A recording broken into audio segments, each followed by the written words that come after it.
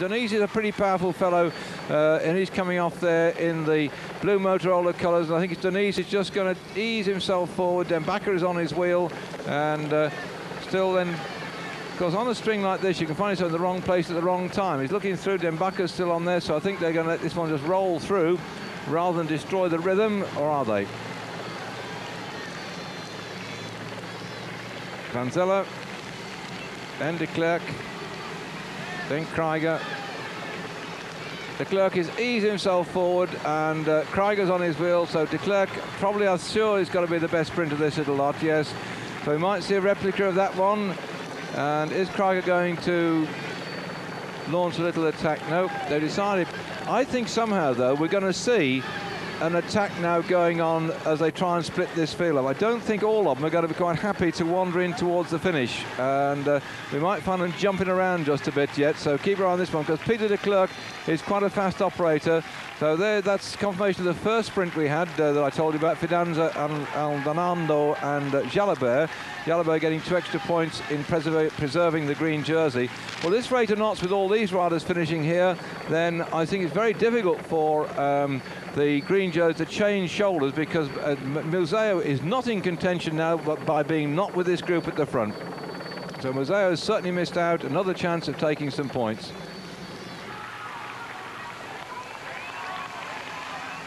Well, cool at the moment underneath the trees. What's Vanzella after?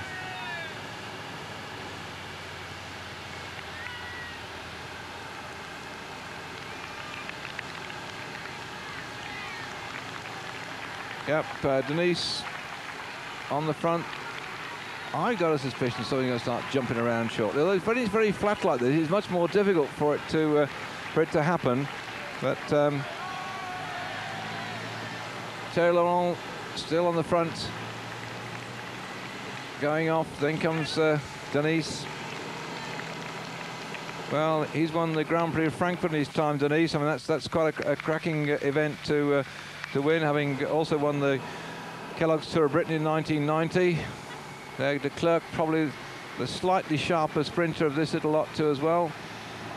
But I don't know.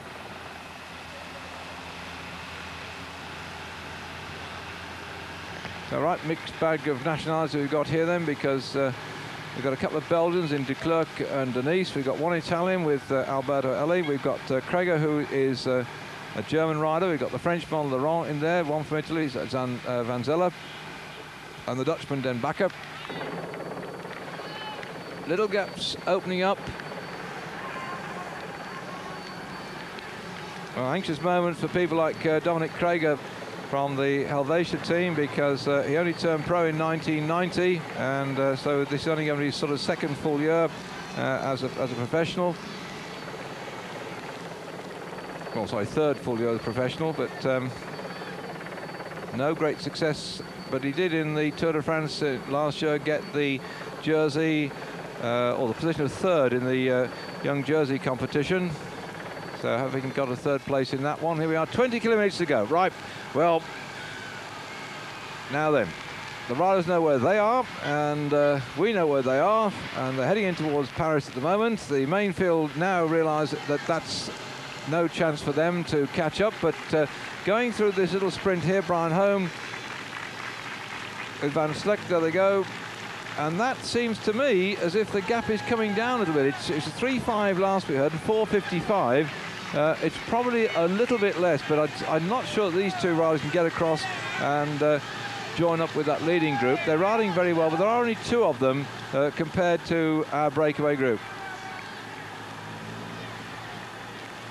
And the 8 men up in front have got a lot more opportunity of sharing the load. And there are still... one, no, right, they're looking back a bit. I just saw that the Benesto rider pulled over and looked back and left a gap. And he's dropped on the back again. Now, is that instructions from his team manager, or is he having some...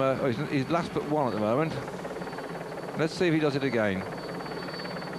Watch the last but 2. Are they going to move through? Oh, at that moment, the camera changed angles. Yes, they are moving through. Bit of instructions then for Thierry Laurent. from his deputy team director.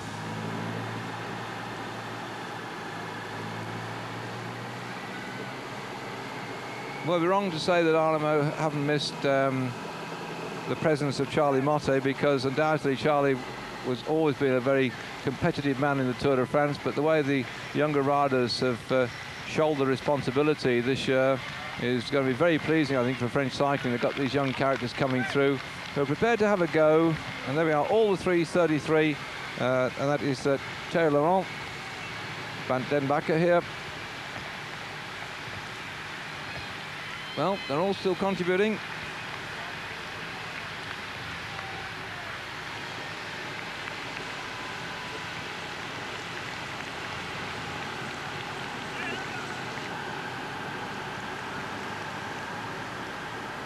Well, this is a fair rate of knots. There's no doubt about it. They're not going to be caught, these riders. And whoops! the cameraman. Now that was an unofficial sort of camera shot, that, because most of the official camera go on motorbikes. Obviously that bloke's sitting out the top of the press car that went through got himself one for the family album, I think, because they don't normally allow cars to come through to take pictures. That was obviously the pressman going on down 20 kilometres to go. Quite a standard thing. If they've been sat in the back of the group, they will then start to go forward to the press room to watch it on television there, then rush out and interview the riders. So I think that was one of the press blokes just getting one for the family album when he got back, because the major newspapers and magazines have their own cameramen out on the race, or they have freelance men who sell the pictures on to several publications, and they always travel on motorbikes because that's the way you can get in amongst the action, and you can be no harm to the riders. But going through in a motor car like that is a bit on the difficult side. So Van Slick and Brian Holm still in no man's land, and I think by now they probably realise that, because they'll be getting the time checks as well. And but still, there's one way of getting yourself some publicity. If you know that you're going to be out of a job at the end of this season, you want to show that you're a chap who likes to go for it. 3:22 to the chasers, so it's gone over from 3:5, so they're not going to get anywhere for those two men. And what's the main group? Well, we haven't got the main group time, but I would think it's going to be still round about the 4:50 to 5 minute mark. We should wait and see if they're going to give it to us. Not coming up.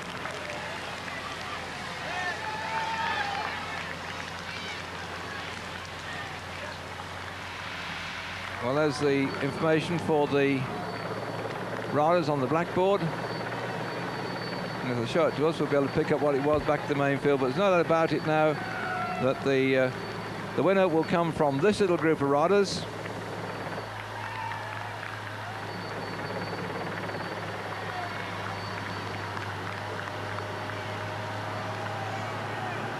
And I would think the way they're going, they're increasing their lead at the moment. That main field is rolling, but it's not chasing hard.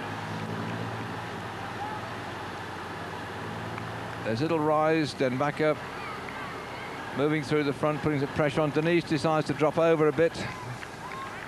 Is he going to miss out a turn now? Is he beginning to feel the pressure of it all? Only had one win last year, Michel Denise, at Binch, and he finished 105th in the Tour de France. What a turn up for the books. It man was 105th last year, and only one win to success. Goes and wins a stage in the Tour this year. But that's the man at the back, Michel Denise.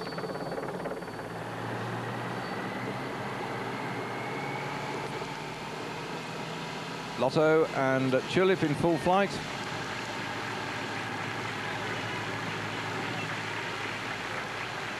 Well, back up with that group ahead of them, that Helvetia rider Dominic Krager. I've just had a quick look how many of the Helvetia riders are left in this field. In fact, there's 5 of them have dropped out altogether so far. So they've got rid of Aldig and Dufaux and Yacker and Leclerc and Maker, all dropped out. So they've only got just another 4 of them left. So perhaps that'd be some recompense. Although Gilles de Leon did win a stage way back in the race.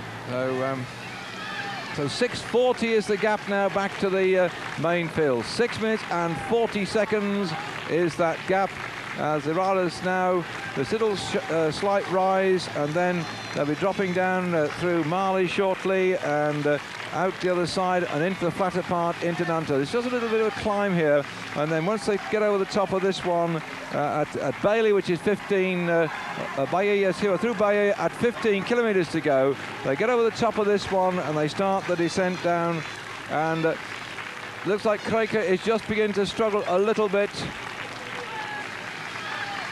sitting on the back. And this is the last little rise they'll have, so from now on in, oh, the group is way behind. Look at that. They're 5 kilometres behind, so that's no wonder it's 6:40, and they're not concerned at all about this one.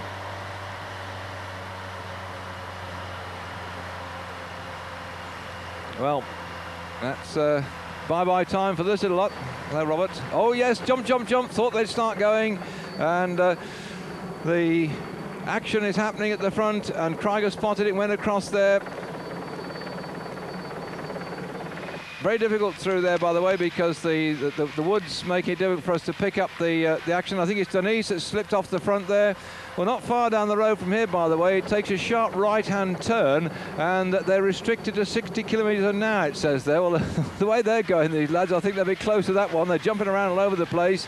There's a flashing light. We may see it on our screen shortly, which sort of slows the motor cars down. It's in half a sharp right-hander when they get there. And so that particular point, we'll see what they're doing when they come up. See if it's still on our camera here. But it is Denise that's gone away. And are the rest worried about this one? We'll have to wait and see, because they're still rolling together. Den back at the back, not contributing at the moment. Van Zelle is just in front of him. And then de Klerk.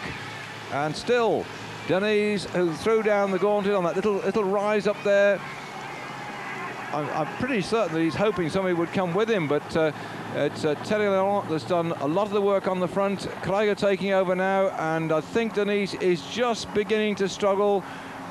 Will he pay for that later on in the sprint? This is the whole judgment when you've got a group of 8 blokes like this. A, if somebody goes away, have they got the strength to stay out there? And B, how much work do you do in this little string to pull him back slowly but surely, so that he's probably worked himself into a bit of a frazzle and will be bushed by the time they come to the sprint. Well, see, they're still going. Anybody who's thinking of take up cycling, just see that how they change now. Look.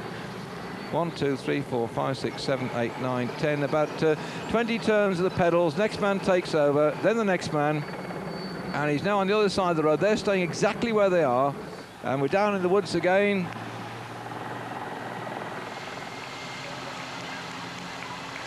Well, they've got him back, so that was a little tester that didn't work, and is anybody else prepared to have another go? Well, if they looked at the profile of the course, they'll see there's quite a steep descent down through Mali after that 15-kilometre point, and so any attacker will have to take courage into his hand, because it's a hell of a descent when they get down there, and some very big cobbles at the bottom of the drop as well. They're not bothered this little lot, are they?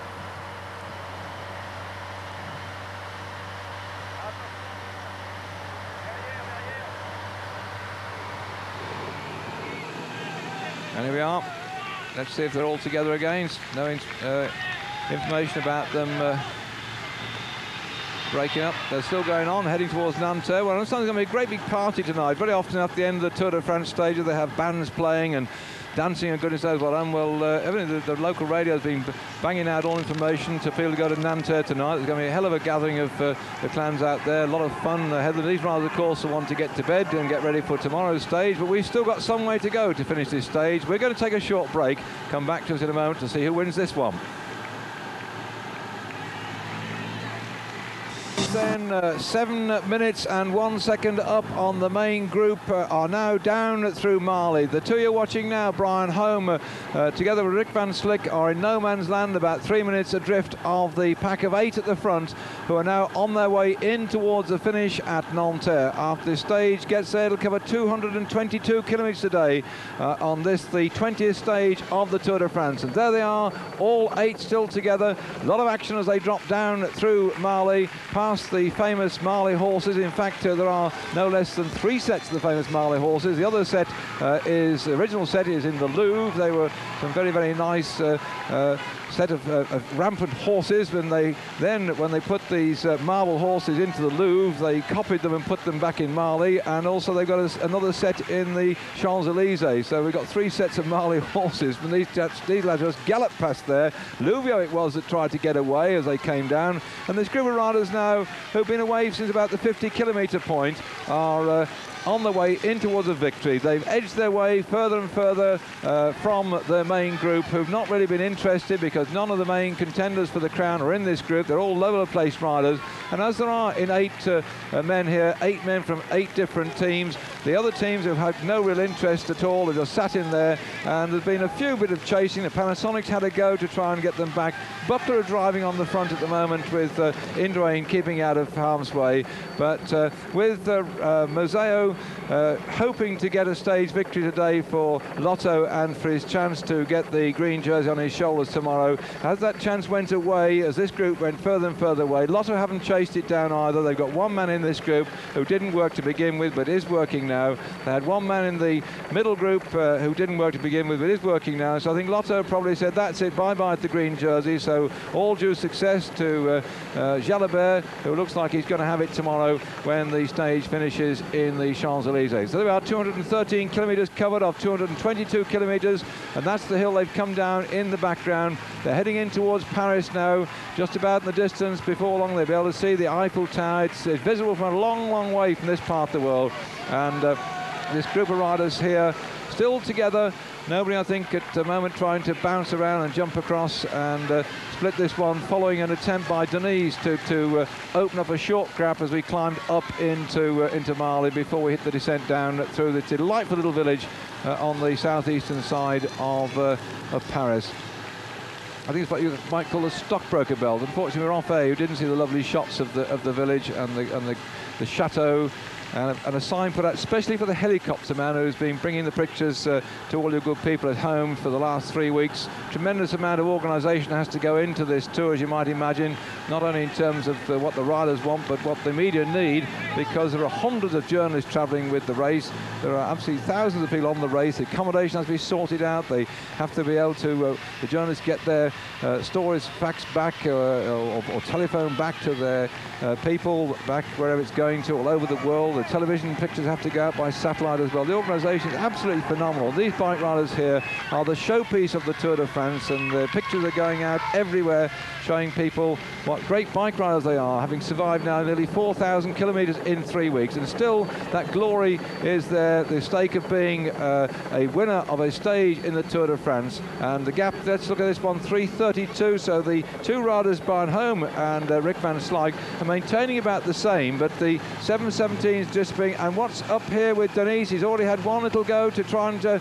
get away from the main group. He sorted that one out and they got him back again, and now he's trying another one. So Michel Denise, by far and away, is the most frisky of this 8-man group at the front.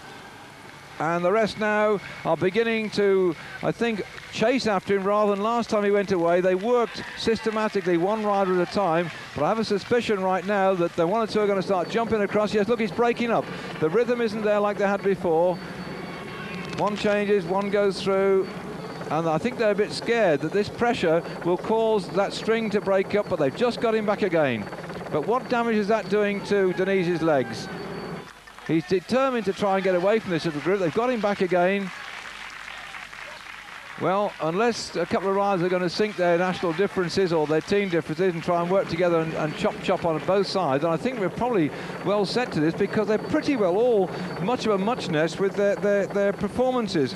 The riders here, I mean, Denise is probably the better of them. Yarman, of course, already having a stage victory in the Tour, much more known as a climber, and possibly therefore Denise has put his hand up. I think he wants another conversation with his team car about tactics, I suppose, to find out what the hell the road is like ahead. Well, I can tell it's pretty flat, pretty fast, and he's certainly not going to have little twisty roads where he'd be out of sight, out of mind. We did that when he came up into Marley and went away, galloped off towards the Marley horses, and then got reeled back in again. So he's had a word with his team manager. Look, he goes straight through again, and right through to the front. Look at this, look, the blue jersey, there he goes, straight through to the front again.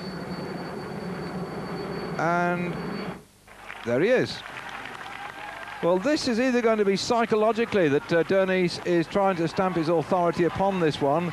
And I'm sure his wife probably be at the finish in Paris tomorrow, so she'll probably be in the hotel bedroom now with friends watching this one on television and wondering if he's going to win this one. And so a fellow who's won things like the Grand Prix of Frankfurt in his time, third in the Liège-Bastogne-Liège in 1988, he certainly is the one of the strongest riders in this particular group. He won a stage in the Route du Sud in 1990 as well, and second in the Paris-Brussels. So of them all, Derniz is probably the one with the slightly best reputation, I would think. And the overall classification, no great shakes as far as the main field concerned. Krieger's 55th overall, Van Zelle is 63rd, Jarman 72nd, Uriarte 73rd, Lallon 84th. So none of this little group up here, Den Bakker back in 94th. None of them are any threat to the main group, and that's why they've been allowed this 7 minutes to get away. And I can hear over my headphones that we seem to have an ambulance coming full chap from somewhere. So our camera on the motorcycle have to watch out. Of course, the roads are closed, causing enormous congestion in around Paris yet again, but all the visitors will get used to that one, I'm sure.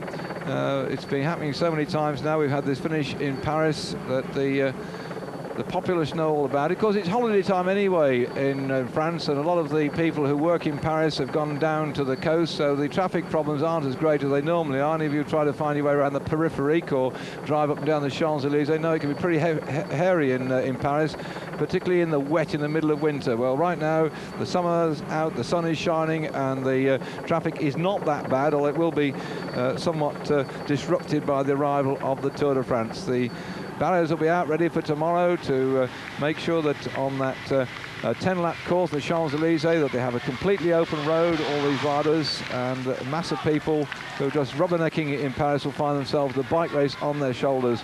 But here we are then, yet again, a little group sprinting away off the front. The Tour, we just haven't really had, I won't say our fair share, because who can say what is a fair share of bunch sprints, but we had one into Tours when Terry Marie whipped through ahead of Jelly Nydam, and Moseo was in third spot, and that was really the most significant bunch sprint we've had so far in the race. Most of them have been little groups of maybe 10 or 8 men, and the bunch has had to be content with picking up the lower placings.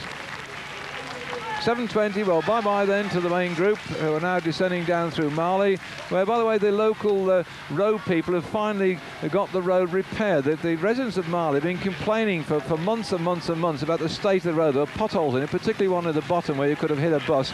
And because the Tour's coming through, they've been out and put the tarmac in place and rolled it over with a roller, and so the road's now nicely repaired. Thank you very much indeed. Amazing to see what the Tour can do. And I'm sure the residents of Mali will buy Mr. Jean-Marie Blanc a beer if he goes there, because he managed to do something they couldn't get done. Now the riders here then receiving the applause, because this has been a valiant effort, and will they get another French victory here from this young rider here at the back? Because the French have had an extremely good race so far. Arnaud won the stage to begin with out in San Sebastian. They then had to wait until we got to Paris-Brussels when Jalabert won that one there. De Leon won the stage up the climb into Valkenburg. And then, as we guess, Den Bakker is going away now. So Jean-Claude Colotti won into Montluchon. Thierry Marie won into Tours. And who's going to win this one then? Because Den Bakker, the PDM rider, has just clopped off the front. And with 3 to go, has he split the field sufficient to stay out there? No, Derniz has jumped onto his wheel. So Den Bakker, then Derniz. And right behind them then, the rider from the Benesto team, Uriarte Zubero. And there we are then, that little bit of florid activity, it hasn't worked at all, and eyes then, they have to be in the back of your head to see who's going to make the next jump and try and get away.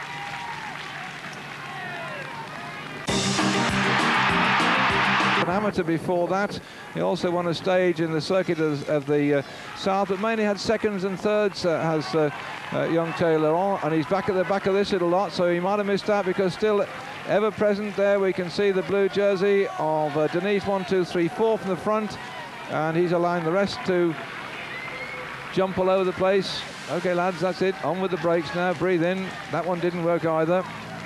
Who's next to go? Denise it is yet again. It's his third time lucky now. It was just a little of a softener. And he moved in, moved across, gone up to the edge of the pavement, and with 1 kilometre to go, he's got daylight sideways, but not daylight from his back wheel, and he's trying yet again on a really long one. Well, he's done it before. They pulled him back by working together, but I think he's going to be every man for himself now.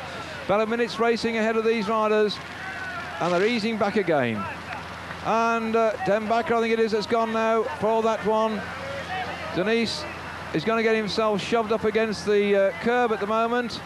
And Terry Long on the left-hand side has been sitting in as the tail end. Charlie has gone for a long one. He's caught and surprised the Benesto ride at the front because Uriarte couldn't respond to that one, and it's Terry Long who's really winding it up down this little slope. And Terry Long, it looks like he's got this one. He's trying to get De Klerk off his wheel. De Klerk is also a very good sprinter indeed. Has got a super lead out here. De Klerk, I think, providing hang on in there, thinks he's got this one, and he's going to come out the saddle now. De Klerk it is, coming off Laurent's wheel. Laurent's got to come back at it again, but De Klerk takes him across the other side of the road. Laurent is struggling to stay on the wheel of De Klerk. De Klerk then the Lotto rider digging deep into reserves. Looks like he's got this one stitched, and he has. De Klerk gets that one then just ahead of Van Zelle, and Laurent, I think, dropped back into third place. That was quite a fascinating sprint. De Klerk then lying low most of the way through, doing what the Lotto riders do best of all. Let's punch in toward the finishing line, just timing it absolutely to perfection. And the main field still some 7 minutes in arrears, but wedged between the main field and that group of 8 that just finished. We still have Brian Home coming in with Rick van Slik. Here we go. Look at this. Woof. Well, that's another one for Lotto. Young Nevins got themselves a stage way back when he took the stage into Koblenz, so they'll be happy with that one. And there he is, De Klerk for Belgium. They've had such a big reputation in the Tour de France over the years, but right now the Belgians not so dominant in the Tour this year, but now getting right towards the finish, they've got that one. I wonder if Johan Museeuw can repeat it tomorrow for the Lotto team. A couple of years ago, he was the winner of the final stage in the Tour de France in the Champs-Élysées. He's got a phenomenal sprint, and here yet again the Lotto colours on the far side. Van Slik, Brian Home with him as well for Tulip. And the group behind, the last we had was a check of something like about 7 minutes, so this was 3 minutes back to this little lot, so I think they're going to be in on their own. You can see that Van Slik has taken his crash hat off and pushed it into the back of his pocket, that little white thing sticking up in the centre of his pocket at the back of his jersey. That's the crash hats. The one thing about those leather-covered Sorbo type crash hats is that you can stick them in your back pocket if it gets hot on your head, and there's no fear as far as he's concerned now, bouncing down onto his head, so he stopped it in the back to keep cool. I'm sorry about this, having a few problems with the old picture. And here we are on the outskirts of Paris. I wonder if our camera is going to whiz back and pick up the rest of the field, or show us a view of Paris itself. Well, I think he's going back to see where they're up. We've got the two chasers. Now, well, Lotto have got something to cheer today, and is he going to screw Brian Home in the sprint here? Van Slijk, who didn't work to begin with, so he's probably slightly fit to the two, but it was Brian Home who set off to start that chase, as it turns out to be a chase all in vain. But nevertheless, there are prizes going all the way down, and every rider in this race does what he can to improve his overall positions in the race, and also each day stages, because of the oh, there we are, we've got the victor up there on the victory rostrum. That was a very, very well-timed sprint indeed. There were so many people in there desperate to get their name on the board, but Peter de Klerk it was that got that one. So the two chasers coming into sight now, and they're going to be looking for 9th and 10th place on the stage. And here, of course, there's a 2,500 francs for the 9th place. That's 250 quid, and 2,200, say 220 francs, 220 pounds for being 10th. So it's been worthwhile going off the front, hasn't it? Because they've got something to show for it. Whilst the winner now is savouring his 50,000 French franc award for being first. That's about 5,000 English pounds already in the Lotto bank. I wonder if they're going to spend it on a few lottery cards to see if they can multiply that in. Brian just rockets away from him. Well, he was the one who started that counter-attack He did a lot of work early on as Van Slyke just sat on his wheel. He was sent up to mark him on behalf of Museo, and now Barnholm takes the 2,500 francs for the 9th place. 2-2 goes to man up into the group at the front. I think it was Henri Manders just had to go there. Let's see who's coming up from behind. Still, see, look how the black and yellow jersey, he's popped that one down there. Museo is just keeping his powder dry. He's just moving up slowly all the time. He'd let these little flurries go on. These blokes jumping all over the place. And he's done that, but he's still in there at the moment. And you can see the red, yellow and blue jerseys. That's Ludwig beginning to move up on the right-hand side. And I can't see his lead-out man at the moment. The green jersey marking Museo as well.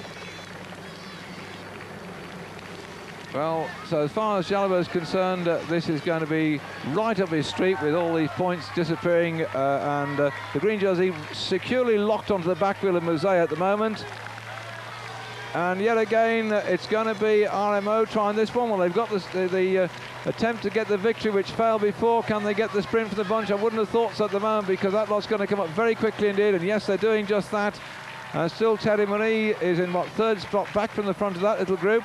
1 kilometre to go. No sign of the Bucklers or the Panasonics yet, except for that one lonely figure about 15 back from the front. Now then, Museo starting to wind it up. Just see on the right-hand side that black shoulders of his national jersey just beginning to move forward. And look there, the Ludwig has moved up now behind the green jersey as well, but he's not holding the pace at the moment, Ludwig, because they've left Museo up, only 3rd from the front. Well, we're about some 400 metres to go now, and on the far side then a launching sprint. I think that's Fidanza coming up on the far side, and still the green jersey locked in with Museo, and Fidanza just behind him, but still Museo has got the green jersey right behind him, but Fidanza coming on the far side. He's trying to go around the outside, and I think Museo's got that one just ahead of Jalabert. So that was perhaps a small amount of honour to go towards Museo, but Jalabert did all he had to do. He's only dropped about a point there of the 28 that he had as they came up the finishing straight, so he's still about 27 points clear of Museo, and only a disaster tomorrow would say Jalabert falling off and not finishing, and Museo winning the sprint would mean that jersey could change. Here we go. That's it. Jalabert certainly was right alongside him on that sprint, and I think that was Fidanza on the far side there. Ludwig just coming in behind them, and then Claudio Chiappucci, who is, there's a defense. Oh, we saw it and then we didn't. That's where they're starting tomorrow, by the way, that amazing piece of architecture, and through that enormous arch, which is a whole lot of offices and buildings. You can see up in the other distance there the Arc de Triomphe, where they'll finish after the stage tomorrow. Here we go, the hurly-burly, shoving, pushing and jumping all over the place. It goes on. Thierry Marie, Nardem's trying to get there through. Nice, lovely top shot here, this one, and beautiful. Well, if you can't stand the heat, don't get in the kitchen. If you don't want to be a sprinter, then stay out the back, because that's where the drama happens. But I think I'm quite happy with that one as far as he's concerned. That green jersey.